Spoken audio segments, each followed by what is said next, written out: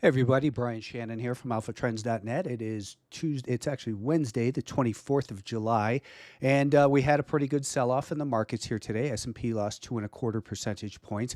Yesterday, we saw that the rally came right up to the declining 5-day moving average. As I always say, we don't buy while we have a declining 5-day moving average. We want to see a pattern of higher highs and higher lows above a flat to rising 5-day moving average. Then we can be a buyer. Otherwise, it's just a bounce and a downtrend, and that's exactly what it turned out to be.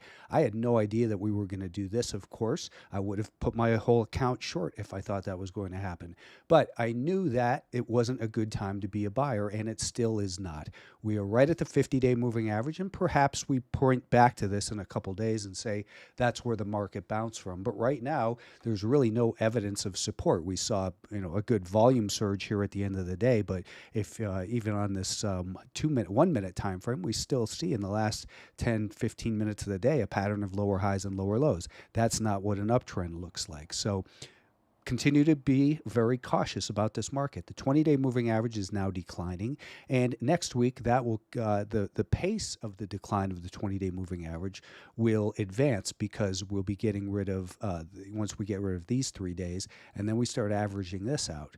We are maybe going to get a bounce, but be aware the direction of the 5-day moving average, if it's declining, means that is a bounce and a downtrend. You can take these trades as day trades, or maybe one, partial overnight holds, but to be looking for a bottom until we see a flat to rising 5-day moving average is going to be costly. As I've said numerous times the last couple of weeks, it only ends badly if you don't have a plan, and those without the plan in the NASDAQ are getting hit pretty hard right now as we've come down. What is this? Maybe about, I'm just eyeballing it, 7.5% or so.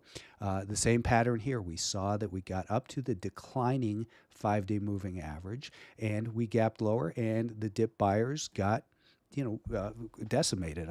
I like to say they got what they deserve, because the point is, while we're below a daily volume weighted average price, you don't look to be a buyer. And we were below the daily volume weighted average price in the NASDAQ all day long. So there's no advantage to being a buyer when the sellers are in control for that session and for the 5-day session as well, the 5-day average. The 5-day moving average tells us guilty till proven innocent.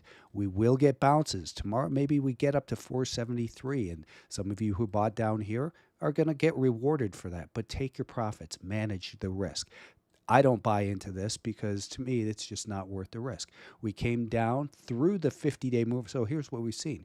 The 20-day moving average did not act as support. A lot of people say it is support, but that's with hindsight, they can say that. It didn't happen this time. The buyers at the 50-day moving average, who thought they were getting a bargain on the open today at about 473, are down 10 points right now. So don't buy the dip, buy strength after the dip. The strength after the dip comes with a flat to rising 5-day moving average. Maybe, so I'll sketch it out again as I did over the weekend. Maybe it does something like this in the next week and a half or so, and then we see that the 5-day moving average flattens out. Well, then over here you can be a buyer with a stop under here, or over here with a stop under there. Right now, we are in free fall below declining 5-day moving averages. Sellers remain in control. The Russell 2000 is undergoing a little bit of profit taking. I thought maybe we were going to see something like this pan out today. Instead, we broke back below the 5-day moving average. I don't see a big sell-off coming for the Russell 2000, but be aware that this is the most important recent relevant higher low. And if it breaks below that, then this whole move is put in jeopardy, and perhaps we're going to see it reverse. It's a possibility. It's not something I think is highly likely, but I'm certainly prepared for it. I have no horse in this race anymore. As I mentioned, I got out of the Russell 2000. In fact, I day traded it yesterday, but it was only a day trade, so I have no position in there. I have no position in the semiconductors. They didn't hold the 20-day moving average. They didn't hold the 50-day moving average. They didn't hold the anchored volume weighted average price from this low. So what good are any of these tools? They are simply a reference point, a level of interest. As I, again, look at last Friday's video, I explained it in much more detail there. They are levels of interest to look to shorter term timeframes and say, is there evidence the buyers are gaining control?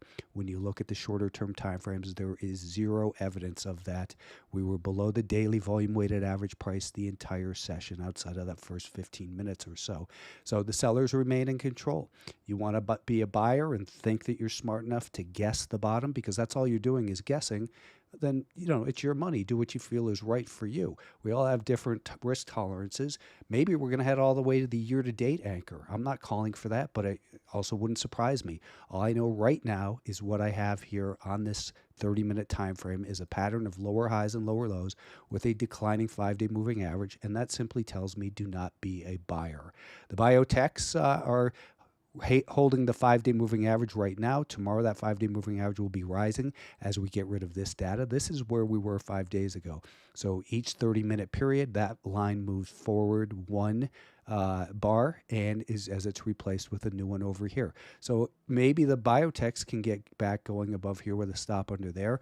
I think they probably still need a little bit more time to digest, and maybe even a little bit of a shakeout below there to grab some stops and then come back up would be the preferred scenario for a long. So I think you're probably just best off sidelines in the biotechs for now. Bonds still not ready to get going, as we made fun of that golden cross, because all of these golden crosses that people have been telling us are important, that one and then this one right here, they've been bad timing tools. They just like the one back over, where was it? I guess right here, I think it was. Either way, it doesn't matter when it happened. None of them have led to a market reversal. What leads to a market reversal is a pattern of higher highs and higher lows. We don't have that for bonds. We don't have it for energy names either. There was no support at that 20 and 50-day moving average.